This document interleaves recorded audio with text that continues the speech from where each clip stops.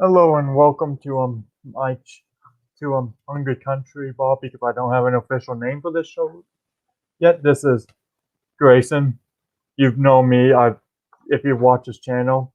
Anyway, today we're doing a debate with China versus the US. We have Justin who's going to be sort of arguing against my cases. I believe that the United States is is the most more. Oh, hold on. I got a YouTube. Okay, sorry about that. But basically, Justin would be arguing against my case. I believe the U.S. is the most moral superpower, and Justin does have disagreements with us there. So I'll just pass it on to the moderator, Nelson. You probably know him, and he'll take it on from here.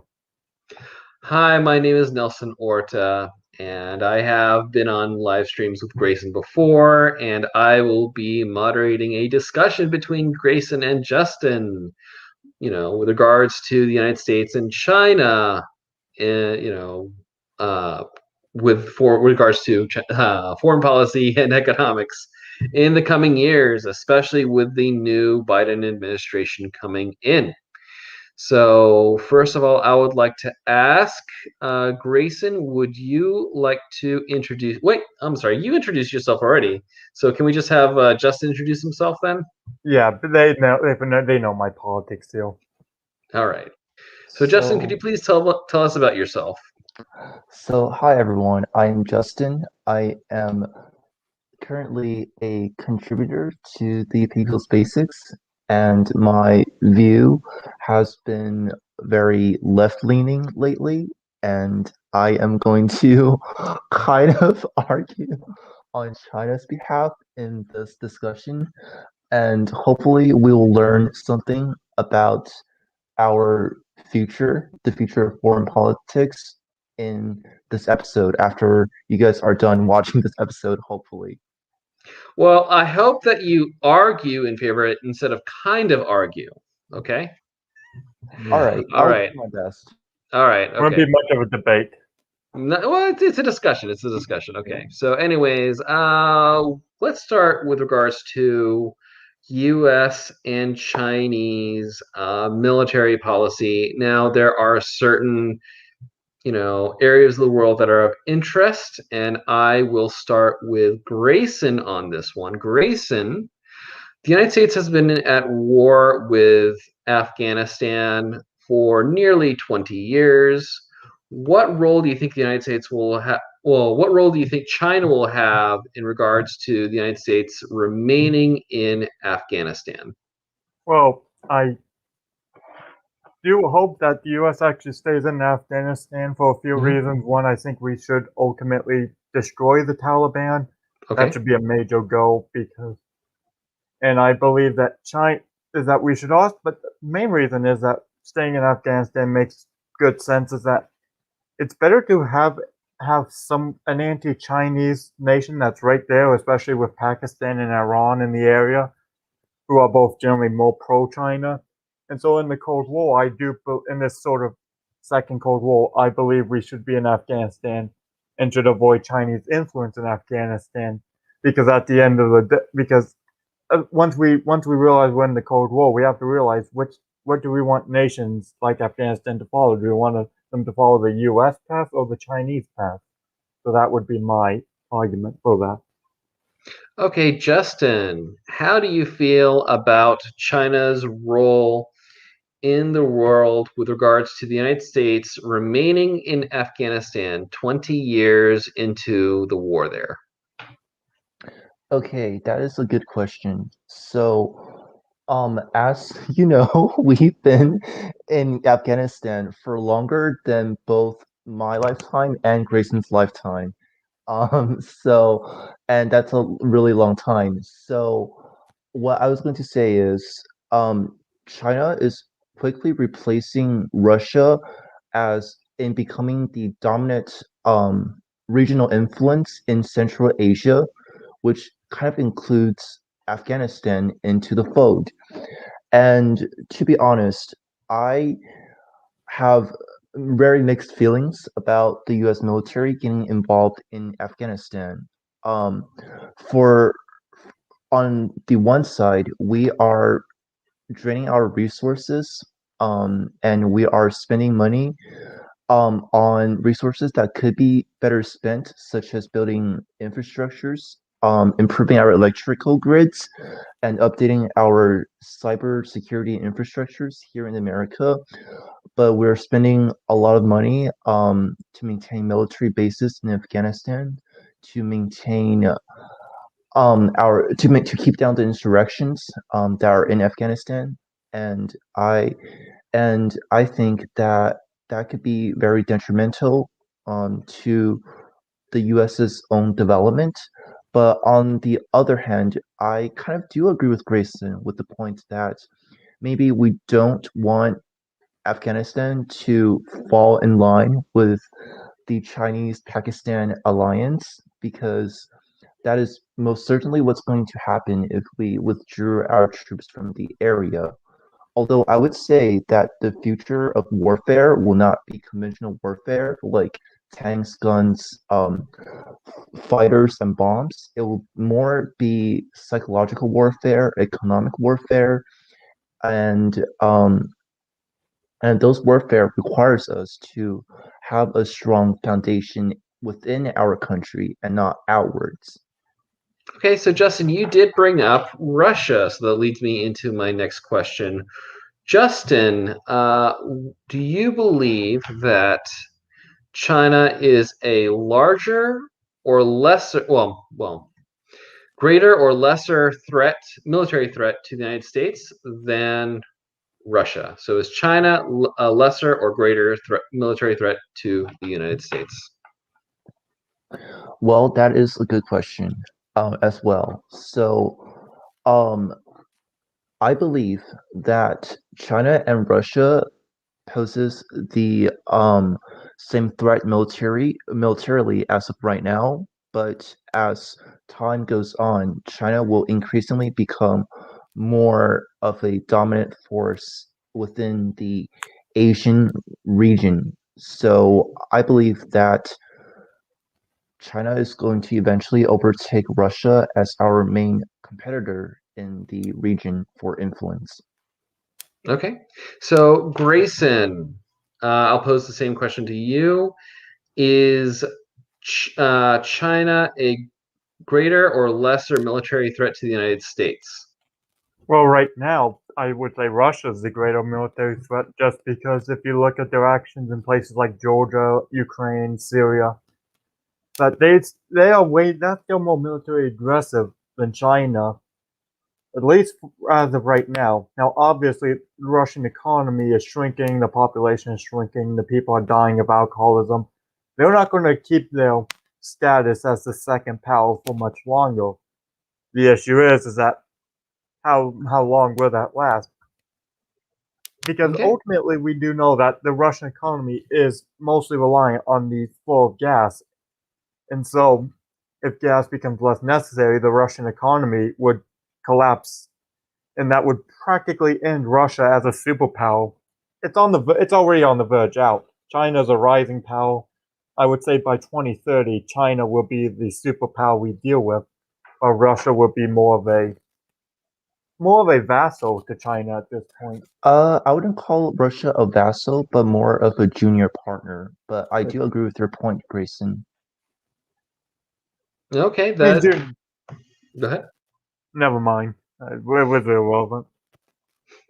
All right, so that brings me on to my next question. I'll ask Grayson this one. So moving on to North Korea. Now, North Korea, is suspected to have developed nuclear weapons, within the last few years.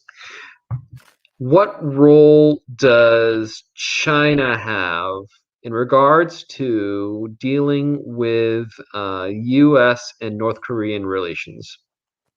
Oh, North Korea is a very complicated subject, but ultimately, I would say that China is not really in the position that it's going to die for North Korea at this point. I mean, if you look at the relations, they're already more tense than most people would actually assume. So if a war does break out between China and North Korea, I do not, I mean, not China, America and North Korea, I do not see China playing a role to actually intervene alongside the North Koreans. The issue with that is they don't want a U.S. ally right on their puppet. I mean, even though technically they already do because India is there, but that's a whole nother hot mess to deal with. But So then I'll turn my next question to Justin. You had mentioned before the United States has had, military bases in Afghanistan. Well, we've also had military bases in South Korea for decades. Are the military bases in South Korea a potential threat to China? Well, I can tell you with 100% certainty from the reports within China, like their state-run media, they do view the U.S. military bases in Southern Korea as a threat to their rising power. And I want to bring up a contrast between this question and the last question that you asked Grayson, Okay. which was the North Korean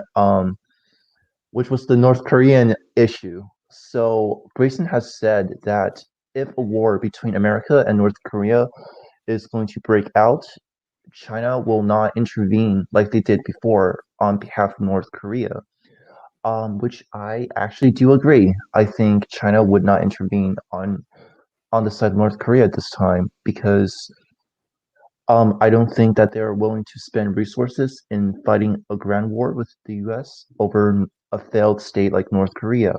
However, the same could also be said with China and Taiwan relationships. It is my belief that if a war were to break out between China and Taiwan, the US will not intervene on behalf of Taiwan for the same reasons why China would not intervene on behalf of North Korea if a war between North Korea and the US led allies break out. and I agree with that. The United States government in the last 10 years hasn't really, as much as progressives claim, it hasn't really been.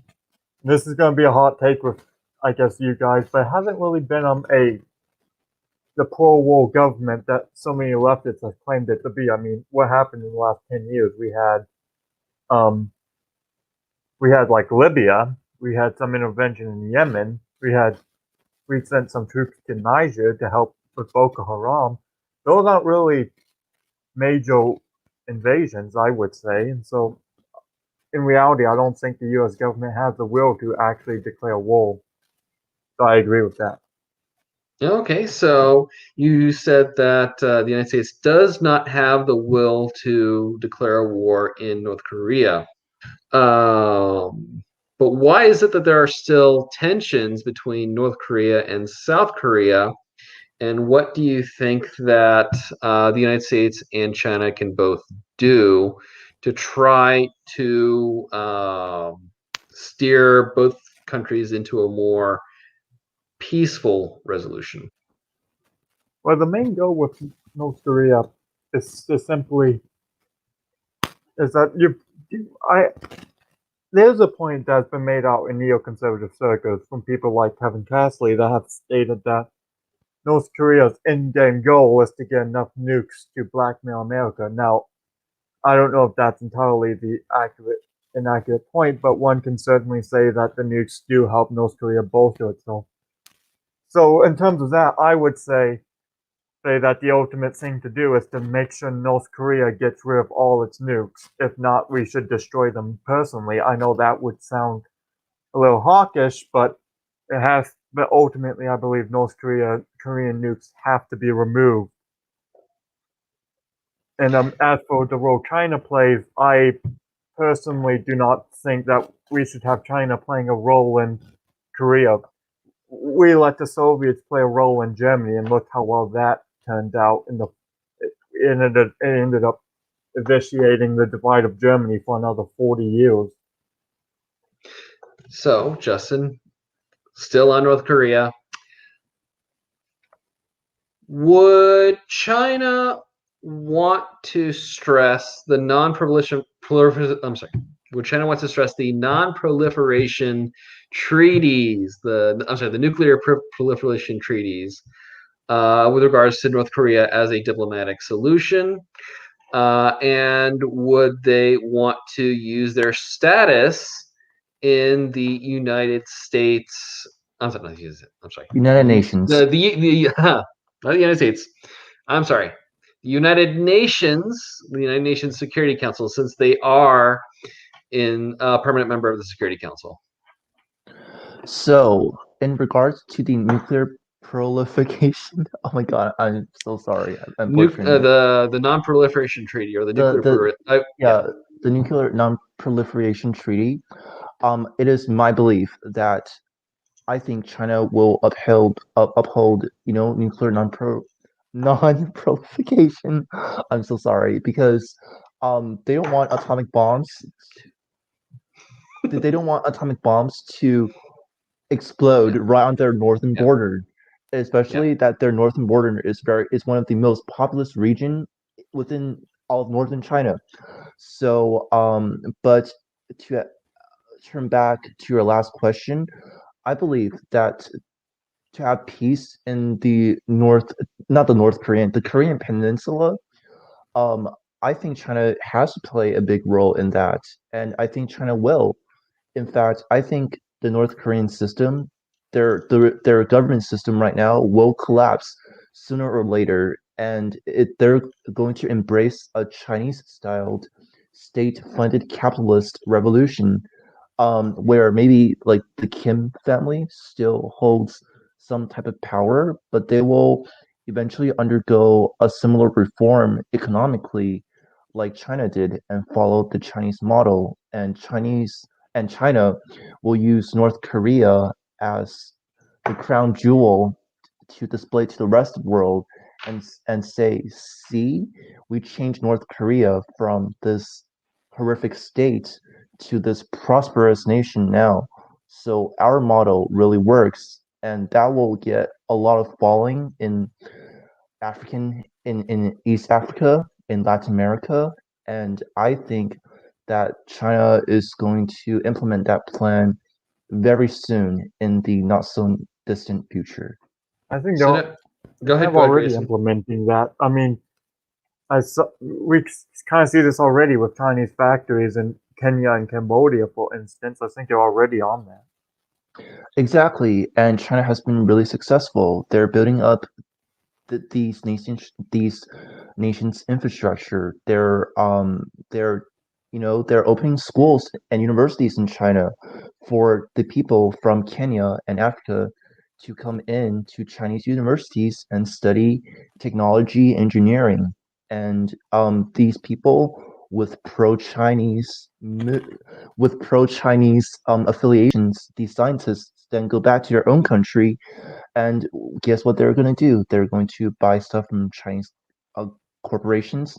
They're going to strengthen ties with China, and we're seeing that the people in these nations are generally pro-China now. They have very favorable opinion of China and what the Chinese government has done, and I think China's soft power will be on the rise if they continue doing their strategy. I mean, Actually, even then, though, I will just push back a little and say that plan hasn't always worked out. Though, look at Cambodia. The Chinese are building infrastructure in Cambodia. The issue with that is a lot of that is going to Chinese locals and not Cambodian citizens. So in a way, you have this sort of British-style imperialism where they have infrastructure and jobs, but that's mostly for the colonizers. It's just this time, instead of it being the French, it's the Chinese. That was going to bring me to my next question. So now I want to ask Justin this question. Is it fair to criticize Chinese, economic development inside of African cultures? Is it fair to criticize that as 21st century colonialism? Well. That is the question I've been waiting for, honestly. And the short answer is it may be fair, and the long answer, which I'm going to explain right now, is it's very complicated. And the reason is, wars in the 21st century is not being fought by bombs. It's not being fought by conventional weapons where soldiers charge on the battlefront and die, you know. Economic warfare is a very viable option. And I think it is not that entirely fair to criticize China's so-called economic imperialism on African nations, because look at the living standards of the people in these African nations and look at the living standards of the people in Cambodia. Has Chinese investments and China's, you know, policy to develop their infrastructure improve the lives of the people actually living there? Have China improved the literacy rate? Have China improved healthcare? Have China improved the standard of living in the areas they invested?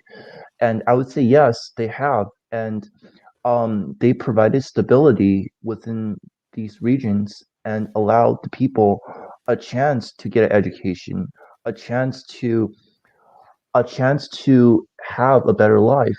And is it really imperialism if China is improving the life of these nations? And people might say, "Oh yeah, that China's gonna trap them with debt, and they're gonna ship off their resources into China, blah blah blah," which might be true. But China is also having a lot of debt forgiveness programs within those countries that they invested, and they are just, you know, overall they have been developing these nations in a way that the U.S. and our Western allies just haven't been able to in the past couple of decades. So I'm gonna ask Grayson, do you have anything to comment on what Justin just said? I actually do. I'm just gonna have to mention this. I mean, they'll mention that there's the debt forgiveness programs. A lot of those are often though that we'll excuse some of your debt and you will give us a port in your region. The issue is though that that has been done by imperial powers, most notably the Portuguese Empire, but the British Empire to an extent. That's why we have Hong Kong and Macau. But I will also say this is that there's that depending on what it goes by era of colonial eras. I mean, like there were infrastructure projects that were in education that were done under the British Empire. The British Empire were obviously more exceptions compared to the more brutal French and Belgian colonial empires, but they were infrastructure projects that were done in Africa, specifically South Africa and parts of Kenya, Tanzania, Egypt. But again, though, so it's not like this wasn't that colonial powers before never did that. So then let me ask you this, Grayson. Should we be investing in Africa as much as China is in terms of infrastructure projects? Well, in some ways, we already are starting to work on that. I mean, I forget the name. It was a program that was started under the Trump administration. I can't think of the name off the top of my head. They'll probably come back to me after the stream, but it basically is starting to put billions of dollars into investments in Africa. So in a way, they are countering China. I mean, most of it is going to nations like Gabon and Ghana and Nigeria. So, and that also brings up to the point that we did send in our military to Nigeria to put down Boko Haram insurgencies. So it's not like we are entirely just negating Africa. So then, why isn't it that China is not intervening in Africa like we are? Well, because that's very complicated. What really boils down to is military experience. The Chinese military is not that experienced. Like we've seen before in like Saudi Arabia. They have some of the best technology, but their military doesn't do well against Houthis with simple weapons, and that's because they don't have the training. The Chinese army, they're not going to send in their army to Nigeria to put down Boko Haram because they don't have the experience to put down Boko Haram. The United States, by contrast, has been involved in wars against people like Taliban. They've been at wars against people like ISIS. They know more about putting down insurgencies than the Chinese do in that regard. Justin, do you have any response to that? Okay, I do. So, yes, in fact, I do agree with you that the US has more. You're right. The US does have more military experience than China, and we do have more experience in putting down insurgencies in those regions. However, why are we still fighting those wars? You know, why? That this is the reason why these countries hate us. We're like the fire nation to these countries. You know, we keep spending money on bombs and wars to put down, you know, people like Boko Haram and groups like those terrorist organizations. Um, but why is it that each time we, you know, destroy one terrorist organization, a dozen of them seems to spring up in the region, and we have to fight all over again? And I've been questioning that lately, and I have come to the conclusion it is because of stability. Look at China. China is able to develop those nations and provide a stable infrastructure for the people. And when you trade the stability, you get less people falling in line with extreme ideologies and wanting to destroy everything with terrorism. And this is in our human nature. If you could have a good paying job, have access to healthcare, have access to clean water, and have access to a good education, and know that your children's future will also be secured, would you rather, you know, upkeep the current system, or would you want to fight in a jihad against Western imperialism and, you know, commit terrorists? People don't just wake up all one day and be like, oh yeah, I want to be a terrorist today. I want to kill some U.S. troops. No, I think China is being very smart and intelligent with their strategy. By investing in Africa, they don't need to send in the army. They're already, you know, stabilizing the region, making Africa arguably a safer place while boosting their soft power and influence in the United Nations without having their troops die on the battlefield, without having to spend bombs and creating hatred among the local population. So Well, I that's just something to got think to about. say this. Where is it that the Nigerians hate us? Because all of the opinion polls done by Pew, granted, they may be skewed, show that Nigerians and people from Niger and Chad, with where Boko Haram is, they have an overwhelmingly favorable opinion of the U.S. Like, are you talking about Iraq? Because it wasn't that we didn't stay there to fight. It's because in a lot of ways, because of the recession, there were a lot of cutbacks, and so troops were sent away from Iraq. That's what created the power vacuum. Yes, there were mild insurgencies that happened after the after 2006 when we killed Saddam Hussein, but those were on the verge of the way out. But then we had to withdraw, and what happened was that left the power vacuum that created ISIS and the current government, and we now have to support the current government. As for Afghanistan, that's mostly because the Afghan nation has been at war with itself for about 40 years. The Taliban still aren't going anywhere. We obviously pulled out. We're obviously making pullouts out of Afghanistan. I mean, Canada's already left Afghanistan completely. Like, what's really left is a few NATO soldiers, some troops from Georgia and Mongolia, and the 3,000 U.S. soldiers.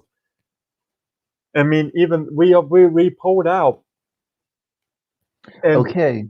but Oh, sorry, continue. if we commit it, I believe in that the thoughts of neoconservatives who follow the Jean Kirkpatrick doctrine states that we should have committed to nation building that we didn't exactly did. I mean, we all know it took 40 years for South Korea to actually have a stable government. So these things don't happen overnight. They take time. I would argue that you probably wouldn't have had it even if you stayed the course in Iraq. It still would have been until 2030 you would have had a completely stable Iraq. It would be better than Saddam Hussein's Iraq by now, but due to withdrawals, I think that that's why it failed. Justin, do you have a response?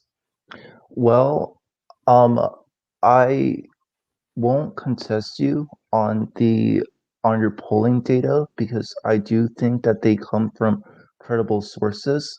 But I would say though that I have seen videos and articles and reportings of people chanting "Death to America" within the Middle East and North African region, and they generally have a unfavorable opinion of Americans.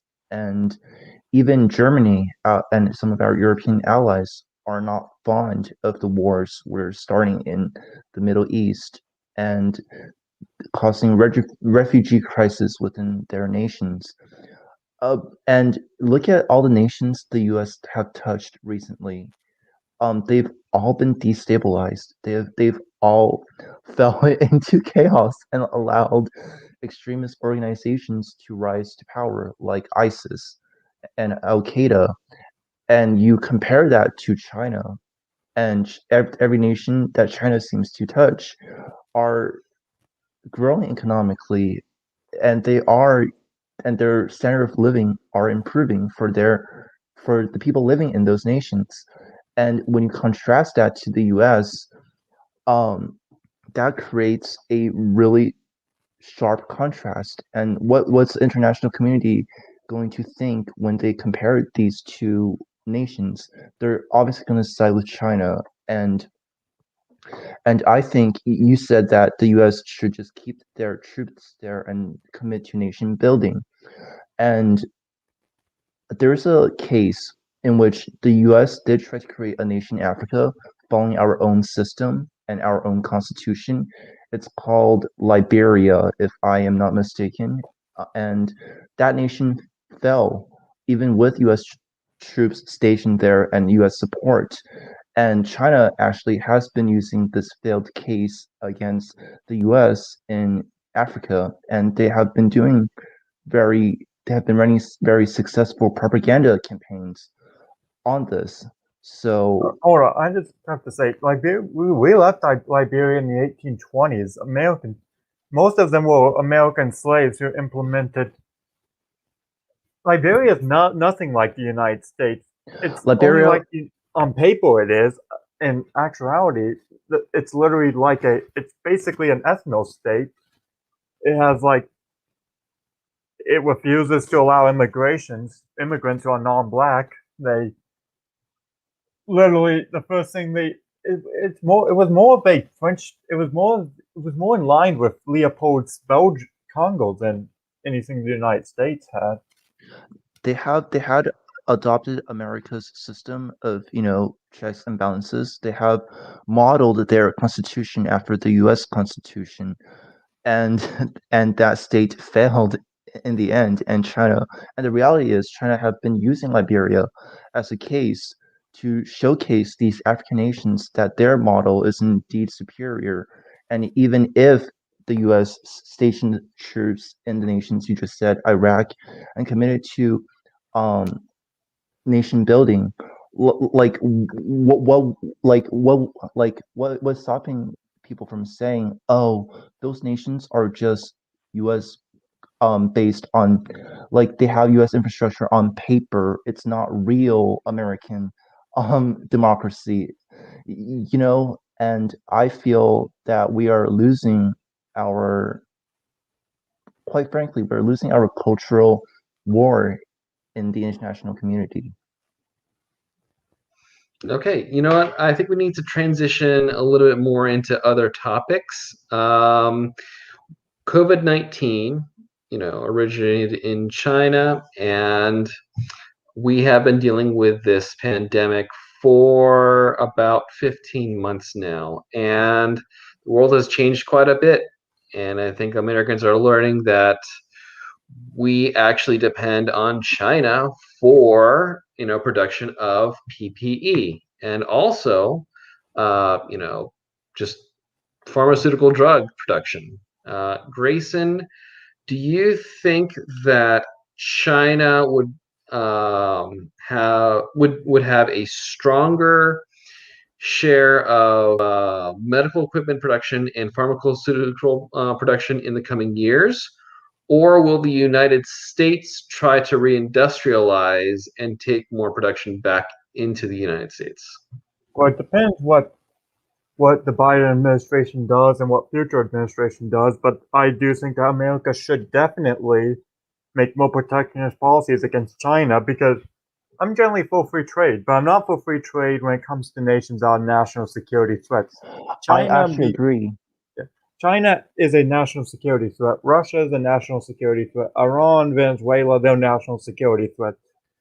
So what I think we should do with China specifically is that we should take important things, because in case of war, you want your important things in your country. And then when it comes to things we do outsource, I think we should actually focus more on what the TPP tried to do, which is get Southeast Asian nations on board. We need to try and get the Philippines on board. We need to try and get Vietnam on board, India on board, Thailand on board, Japan on board, Taiwan on board, Indonesia on board, all of them. And with that, we could, because as individuals, we probably can't tackle China, but if Southeast Asia and the United States took China at once, China wouldn't be able to handle all of them economically. Justin, I wanted to ask you, would the TPP, the Trans-Pacific Partnership, would it be a burden or would it be a boon to China? It will be the TTP, led by America, will be severely a force that will limit China's power in the region, and it was very foolish of Trump to get out of the TTP. And now China has signed not only economic agreements with Asian nations like Southeast Asia, Thailand, Cambodia, etc. They've also signed more trade and economic agreements with Japan and South Korea, as well as Europe, in the wake of Trump's screw the WTO, screw the WHO, screw the EU, and America first mentality. In the wake of that, China has been exploiting America's the trust breaking down between our allies, and China has been exploiting that to further ties with all of these nations. And I agree with Grayson that strategy, the U.S. needs to focus on that strategy, and as well as making sure that we do have jobs in America that can manufacture those medical equipments, so we don't have to rely on China to produce those masks and medical equipment to the U.S. And that's where I believe programs like a federal job guarantee will boost our competitiveness with China. But that's a topic for another video. But I do want to address one of the comments I've been seeing on YouTube about the U.S. foreign aid in the country. And I just want to say that the U.S. foreign aid to countries in African nations have not been the most effective, because we give them money and the African leaders, simply due to corruption, take the money away and pocket it in their own pockets. Meanwhile, China has found a way to actually have a grassroots movement, a type of grassroots movement in these African nations. They have sent people actually going village to village within these African nations to understand, the people's basic needs. And they have been very successful in their aid with the African nations.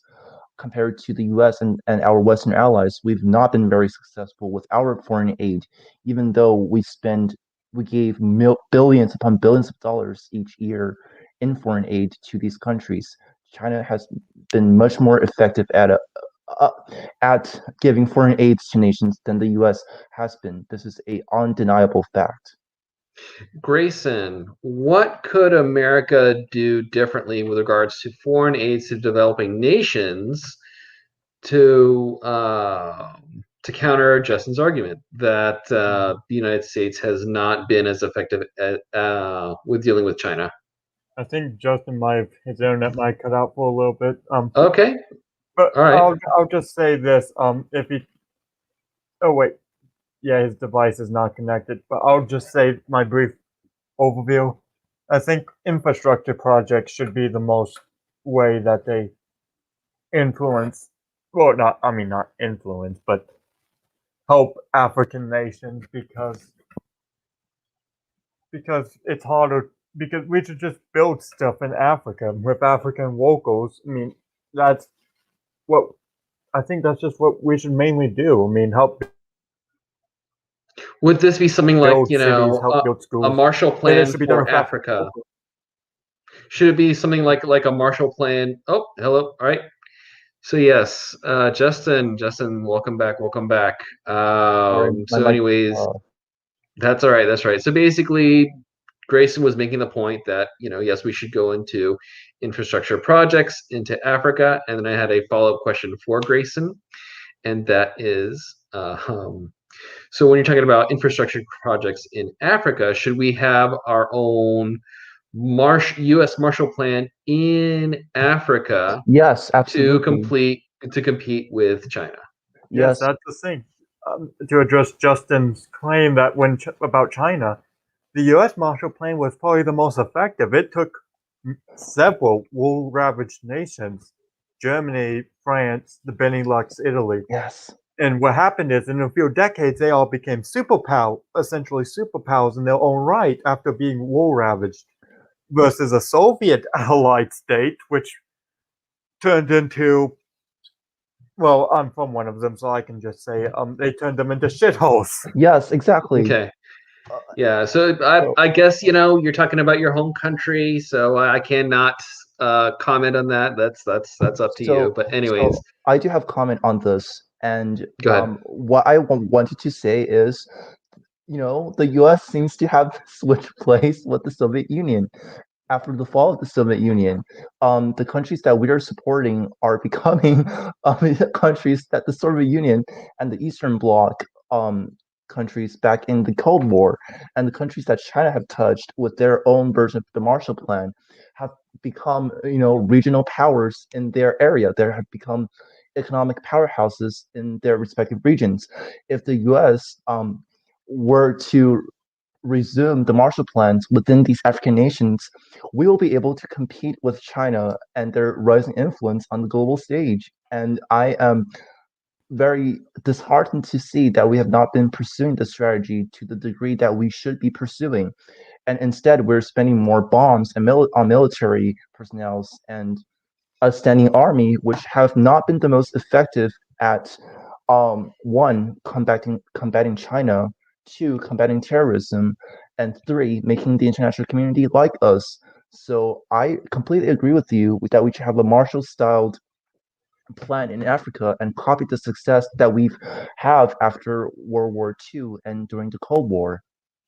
I'm glad we can agree on that. I'm just going to have to interrupt you real quick there. I have to disagree with you on the bombs thing, though, and the fighting terrorism. I believe that's pretty necessary to help build up a nation. You have to, well, if you can't have a Marshall Plan with Saddam Hussein, you can have a Marshall Plan with Bashar al-Assad, you can have a Marshall Plan with the Taliban, you can't have a Marshall Plan with the Houthis. You cannot have Marshall Plans with people like that. Like, That is if very Saddam hypocritical. Hussein had a Marshall Plan, he would have just used it to oppress more Iraqis, but improve his infrastructure. I think, sorry, I think that that's very hypocritical of the U.S. to say that because we've been supporting regimes like Saudi Arabia. Well, I think, that's pragmatically though. oh That's yes, because pragmatically, I think pragmatically we should just build up the infrastructure of these nations with well with without the consideration of whether or not they are 100% democratic or following the U.S. freedom model. Because China, the reason why China's been so effective is they don't care if the regime is authoritarian. They just been pouring a lot of money and investment into those nations, and I think the U.S. should follow a similar model to regain the trust of the international community. No, I just have to hold up on something though. You mentioned Saudi Arabia. Saudi Arabia, the reason why we woke up them is to counter Iran pragmatically. But also, when you actually look at the reforms, there are actually reforms happening in Saudi Arabia. They're opening up the economy. Yes, They are making social reforms. exactly. But we can't do that a Marshall Plan with Iran because they're moving in the opposite direction. How do you know? I mean, look at some of the legislations that they've been passing in Iran in recent L- years. Look at They, some of. they've Sorry. literally made laws that women in animation have to wear hijabs. They have they Yes, I made laws know. that said you can that technically makes because because it was a cultural Islamic tradition a long time ago. They brought it back where it's technically legal to marry your adopted child. I think I think that if we don't try, we will never know. And you said pragmatically, we are allying with Saudi Arabia to counter Iran's influence, and Saudi Arabia is having some reforms, and that should be used as a case to prove that we should do the same thing in Africa with these nations. We should implement the Marshall Plan because China has growing influence and allies in the African region. So pragmatically, according to your own logic, shouldn't we develop those nations in a Marshall-styled plan to combat Chinese influence? And like you said, South Korea was unstable. Their government was a autocracy, autocratic dictatorship up until very recently in the 1980s when they had free elections. So I think we should do the same thing for the African nations. No, I don't disagree with you. I'm just because again, we do have to pragmatically work with dictators. I mean, it's a Jean Kirkpatrick's doctrine. Again, to bring her up again, we have to work with dictators that are willing to work with us because it's better to have a dictator that works with you than a dictator who works with China. So in that regard, I do agree with you.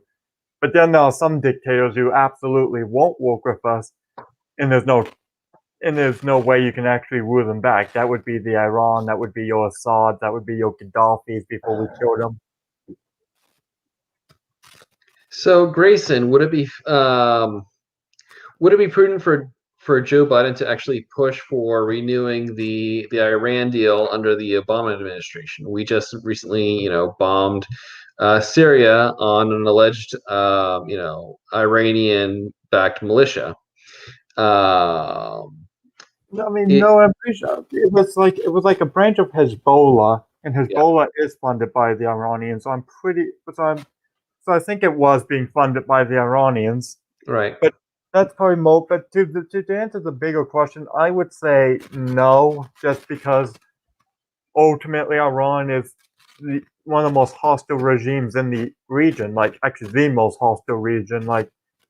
And so I think what he should do is instead to consolidate power in the region against Iran, and that would be getting Israel and Saudi Arabia to finally open up relations. That was actually happening, but now it seems to have stalled a little. I think that ultimately that he should work unilaterally with other nations in the region to get Iran, basically get Iran to essentially get Iran to remove its supreme leader Khomeini, and then my solution would be simply to install a democratically constitutional monarchy under Reza Pahlavi again. Okay. So I want to leave this to Justin for the very last question. Justin, do you think that China should be involved in multi-party talks to reinstate the U.S.-Iran deal and have the sanctions lifted? Yes, I actually do think that we should have multilateral talks to have the Iran nuclear deal re-implemented because Iran is not going to fall very easily. they're not going to just just go away, and it's better to make them abide by international laws and treaties than to constantly be at war with them. And I know that other debates are going to happen in a couple of minutes, so I want to leave my closing thoughts. Um, China has, if you look at the youth, China's like younger generations, they have been very educated. They know stuff compared to U.S. U.S. is our own younger generation. And China's infrastructure, they are building high-speed railways. They're updating their electric grids. They're updating their websites. They're updating their internet structures. They're upgrading their railroads. They're upgrading, their highways. They're upgrading everything. And if you compare that to the U.S., we have not been upgrading our highways. We have not been updating our electrical grids. We have not been updating our cyber infrastructure. And I think in order for the US to compete with China in the coming decades or for the second half of the 21st century, we need to have serious infrastructure projects in the United States to update ourselves into a new century. We need to have a federal jobs guarantee for people who will work to update our and repair our infrastructure. We need to have a universal basic income so our citizens can be wealthy and achieve the American dream. And we need to have free education so that our population can match China's educated younger generation in order to compete with them. We cannot compete with China if we are falling apart on the inside. And that's my closing thoughts. Okay, I so would, Grayson, do you have any closing statements? yeah, I'll make them as brief as I can, but that's a lot. I will say, I do agree with the fact that we should put domestic policy first. I mean, I was in this debate with Kevin Castley just a few weeks ago, and I argue that if you don't really have much of a nation, you don't really have much of a foreign policy. So that's one thing. Thing is, so the one thing I will say is that an educated populace doesn't necessarily mean anything. Look at Russia; their youth is like very intelligent, yet their nation is falling apart. But other than that, I would agree with you. I would say as for closing, okay, for my final remark, I would say that for the economy, I would agree with progressives a little more, not entirely though. Basically my policies would be Yang on the economic, Rubio on the social, Bolton on the foreign policy. So that's my. Well, Oh, you well, about? sorry, I know we're pressed for time. I just want to say that, in short, in summary, we should work with nations, even dictators, to help promote stability in unstable regions. We should build up our own infrastructure with domestic policies, and we should allocate some of the resources we're spending on military right now to build both infrastructures in other nations and infrastructures within our own nations. And I think that that's the best path in the future to ensure that the United States remain competitive and just survive into the next century. Okay, I wasn't intending for you to, interject right there because that was Grayson's closing statements. But anyways, Grayson, did you have any just response to what Justin just said? No. I think that this is a good place to end the stream. So I guess I'll just take over for the outro, unless you want to make a remark. My last statement is this was a wonderful hour. Thank you for listening to the three of us with my blathering, but these wonderful two gentlemen just giving their very thoughtful, responses to my questions. So, anyways, thank you very much for listening, and have a good night. Okay. All right, I'm just gonna make the outro. Thank you all so much for watching. Thank you, Justin, for showing up. Thank you, Nelson, for moderator. And if you want to catch me later tonight, I will probably be on Superpower Broadcasting's post-debate stream. Maybe. It's a little, with Kevin, it's a little sort of a mixed bag, but thanks to you all for watching, and I'll see you in the next video.